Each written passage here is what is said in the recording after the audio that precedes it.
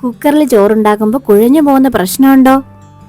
എങ്കിൽ ഒട്ടും കുഴഞ്ഞു പോകാതെ നല്ല പെർഫെക്റ്റ് ആയിട്ട് എങ്ങനെ എളുപ്പത്തിൽ കുക്കറിൽ ചോറുണ്ടാക്കാമെന്ന് ഞാൻ കാണിച്ചു തരാം. അതിന് എൻ്റെ അമ്മ പറഞ്ഞു തന്ന 1-2 ടിപ്സ് കൂടി ഞാൻ ഈ വീഡിയോയിൽ പറയുന്നുണ്ടേ. അപ്പോൾ സ്കിപ്പ് ചെയ്യാതെ കണ്ടോളൂ കേട്ടോ. അപ്പം വേഗം വായോ, കുക്കറിൽ നല്ല ഒന്നാന്തരം ചോറ് നമുക്ക് ഉണ്ടാക്കിയെടുക്കാം.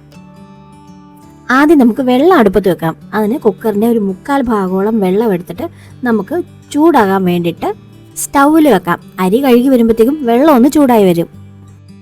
ഇന്ന് ഉച്ചക്കലത്തേക്ക് ഞാൻ 2 ഗ്ലാസ് അരിയാണ് എടുക്കുന്നത്. ഇനി അരിയിലോട്ട് നല്ല പോലെ വെള്ളം ഒഴിച്ച് നല്ല പോലെ ഞെരടിയും കഴുകിയെടുക്കണം. ഒരു 2-3 പ്രാവശ്യമെങ്കിലും കഴുകിയെടുക്കണം. വെള്ളത്തിൻ്റെ കളറൊക്കെ ഒന്ന് തെളിഞ്ഞു വരുന്നവരെ നമ്മളൊന്ന് വൃത്തിയായിട്ട് കഴുകിയെടുക്കണേ. അങ്ങനെ അരിയെല്ലാം നല്ല വൃത്തിയായിട്ട് കഴുകി എടുത്തിട്ടുണ്ട്. ഇനി നമുക്കിത് കുക്കറിലോട്ട് ഇടണം.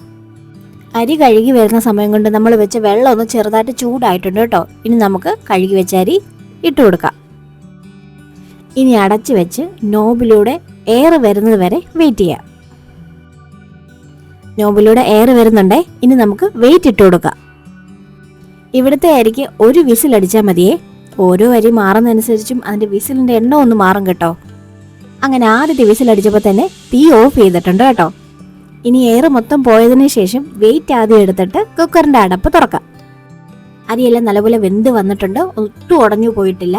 ഇനി നമുക്കിത് പെട്ടെന്ന് തന്നെ ഊറ്റിയെടുക്കണം. ഇനി കുക്കർ തുറന്നു നോക്കുമ്പോൾ വെള്ളം കുറവാണെങ്കിൽ കുറച്ച് ചൂടുവെള്ളം കൂടെ ഒഴിച്ചിട്ട് വേണം നമ്മൾ ചോറ് വാർക്കാൻ, അല്ലെങ്കിൽ ചോറിൽ പശ കൂടും. ഇവിടെ വീട്ടിൽ വർഷങ്ങളായിട്ട് ചോറ് ഊറ്റിയെടുക്കാനായിട്ട് ഈ പാത്രമാണ് ഉപയോഗിക്കുന്നത്. ഇനി നമുക്ക് ആദ്യം കുക്കറിൻ്റെ അടപ്പിൻ്റെ വാഷർ ഊരി മാറ്റാം. എന്നിട്ട് കുക്കർ അടച്ച് വെച്ച് ഈ സ്റ്റാൻഡിലോട്ട് ആദ്യം എടുത്ത് വെക്കും. എന്നിട്ട് നേരെ താഴോട്ട് കമത്തി വെച്ചാൽ മതി. കഞ്ഞിവെള്ളം എല്ലാം നേരെ ആ പാത്രത്തിൻ്റെ അകത്തോട്ട് വീണ് കിടക്കും. ഇനി വെള്ളം പോകുന്നത് വരെ വെയിറ്റ് ചെയ്യണം. ഈ രീതിയിൽ അരി വാർത്തിട്ടാൽ നമ്മുടെ ദേഹത്തോട്ട് കഞ്ഞിവെള്ളം വീഴുമെന്ന് ഒരു പേടിയും വേണ്ട. സ്റ്റീലിൻ്റെ ഈ പാത്രം ഉണ്ടെങ്കിൽ നല്ല ഹെൽപ്പായിരിക്കും കേട്ടോ. അത്യാവശ്യം നല്ല വെയിറ്റ് ഉള്ളതുകൊണ്ട് തന്നെ ഈ പാത്രത്തിൽ കുക്കർ വെക്കുമ്പോഴത്തേക്കും തെന്നി പോത്തുമില്ല. ഇനി ഈ പാത്രം ഇല്ലെങ്കിൽ നമുക്ക് ഇതുപോലെ കുഴിയുള്ള അരിപ്പ പാത്രം ഉണ്ടെങ്കിൽ അതുവഴിയും നമുക്ക് ചോറ് ഊറ്റിയെടുക്കാം. ഒരു പ്ലേറ്റ് താഴെ വെച്ച് നമ്മുടെ ഈ അരിപ്പ പാത്രം അതിലോട്ട് വെച്ച് കുക്കറിൽ നിന്നും ആ ചോറ് അതേപടി കോരിയെടുത്ത് ഈ പാത്രത്തിലോട്ട് ഇട്ടാൽ ചോറിലെ വെള്ളമെല്ലാം ആ പ്ലേറ്റിലോട്ട് വന്ന് കിടക്കും. അങ്ങനെ നമ്മുടെ കുക്കറിലെ കഞ്ഞിവെള്ളം എല്ലാം പോയിട്ടുണ്ട്. ഇനി നമുക്കിതൊന്ന് തുറന്നു നോക്കാം.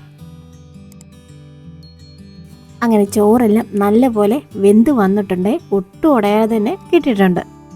ഇനി ഈ ചോറ് തവി വെച്ച് ഇളക്കാതെ പകരം നല്ലപോലെ ഒന്ന് കുടഞ്ഞു കൊടുക്കണം. അപ്പോൾ അടിയിലുള്ള ചോറും കൂടെ മുകളിലോട്ട് വന്നാൽ പെട്ടെന്ന് അതും ഒന്ന് ഡ്രൈ ആയി കിട്ടും. നമ്മൾ രാവിലെ ഉണ്ടാക്കി വെക്കുന്ന ചോറ് വൈകുന്നേരമൊക്കെ ആകുമ്പോഴത്തേക്കും ചീത്തയാവാതിരിക്കാൻ എൻ്റെ അമ്മ പറഞ്ഞു തന്നൊരു ടിപ്സ് കൂടി നമുക്ക് ചെയ്യാം കേട്ടോ. അതിന് വെന്ത ചോറ് ഇതുപോലെ കുക്കറിലോട്ട് ഒന്നും കൂടെ വെച്ചിട്ട് ഒന്ന് ചൂടാക്കിയെടുക്കണം. ഇതിനെ ചോറ് പൊരിച്ചെടുക്കുന്നെന്നാണ് പറയുന്നത്. ഒരുപാട് നേരം വേണ്ട, കുറച്ചൊന്ന് നേരം ഒന്ന് ചൂടാക്കി ഒന്ന് കുഴഞ്ഞിട്ടാൽ എല്ലാ സ്ഥലവും ഒരുപോലെ വെള്ളം വറ്റി നമുക്ക് കിട്ടും. അങ്ങനെ ചോറ് റെഡി ആയിട്ടുണ്ടേ. ഇനി ഇത് ആവി പോകുന്നൊരു പ്ലേറ്റ് വെച്ച് അടച്ചു വെക്കണം. ആവി പോവാത്ത പ്ലേറ്റ് വെച്ച് അടച്ചു വെക്കരുത്, എങ്കിൽ അത് ആ കുക്കറിൽ നിന്ന് ഒന്നും കൂടെ വെന്ത് പോവേ. കണ്ടില്ലേ, ചോറൊക്കെ ഒന്നിനോടൊന്നും ഒട്ടാതെ നല്ല പെർഫെക്റ്റ് ആയിട്ട് തന്നെ നമുക്ക് കിട്ടിയിട്ടുണ്ടേ. ഓരോ അരിക്ക് ഓരോ വേവ് ആയതുകൊണ്ട് അതനുസരിച്ചുള്ള വിസിൽ വേണം നമ്മൾ കുക്കറിലെടുക്കാൻ. അപ്പോൾ കുക്കറിൽ ഇനി ചോറുണ്ടാക്കുമ്പോൾ കുഴിഞ്ഞു പോവോ, അടി പിടിക്കോ, പശ പോലെ തോന്നുമോ ഒന്നുമില്ല. ശരിയായ അളവിൽ വെള്ളവും ശരിയായ വിസിലും ശരിയായ രീതിയിൽ ഊറ്റിയെടുത്താൽ മാത്രം മതി. നമ്മുടെ കുക്കറിൽ കുഴഞ്ഞു പോവാതെ നല്ല പോലെ നമുക്ക് ചോറുണ്ടാക്കിയെടുക്കാം. അപ്പോൾ ഇന്നത്തെ വീഡിയോ ഇഷ്ടപ്പെട്ടാൽ ലൈക്ക് ചെയ്ത് സബ്സ്ക്രൈബും കൂടെ ചെയ്യണേ. അപ്പോൾ ഇതുപോലുള്ള മറ്റൊരു വീഡിയോ ആയിട്ട് നമുക്ക് വീണ്ടും കാണാം കേട്ടോ. അപ്പോൾ എല്ലാവരും സേഫ് ആയിട്ട് ഇരിക്കും കേട്ടോ.